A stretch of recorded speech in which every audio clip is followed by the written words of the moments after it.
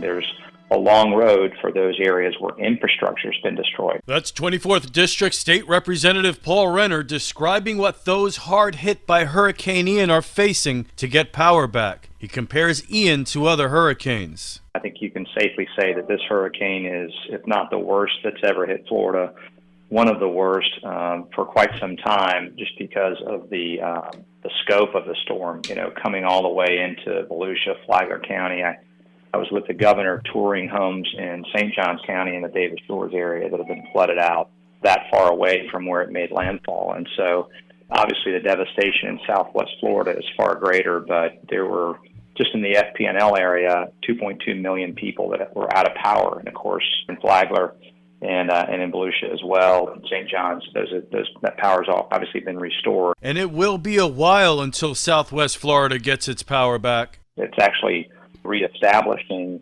poles and the things that carry the electricity to the home, repairing homes before they can even get electricity. So there are people, obviously over 100,000 people that are still out of power, and it's a full effort to get all the supplies to the people that need it. But that's happening. Bridges have been rebuilt already in record time, and I think the response has been exceptional. But this is a major, major storm, and it will take months and months and even years to get back to normal in some of those areas that were hardest hit. Visit floridadisaster.com/info for post-storm cleanup tips. This local news is a service of Flagler County's Toyota dealer, Beaver Toyota US 1 St. Augustine, here to wow you.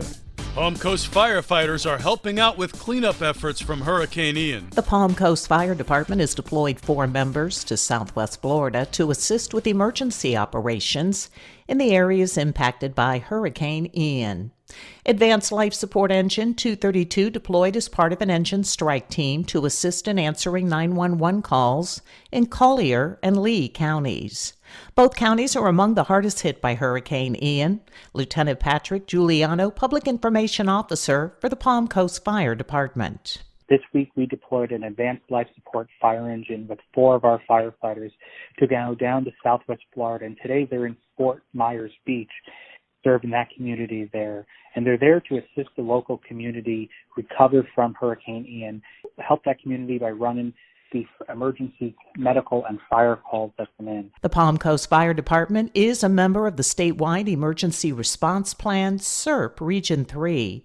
When any part of the state needs assistance due to a large-scale incident, additional assets can be requested through SERP. For Flagler's Morning News, I'm Karen Johnson.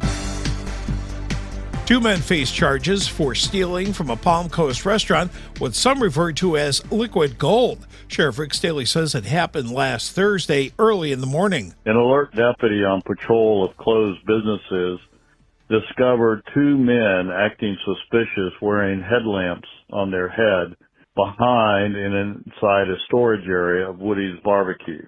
Deputy Gaddy discovered the 2 men were stealing used cooking oil and were putting it inside a box truck that had a oil container inside.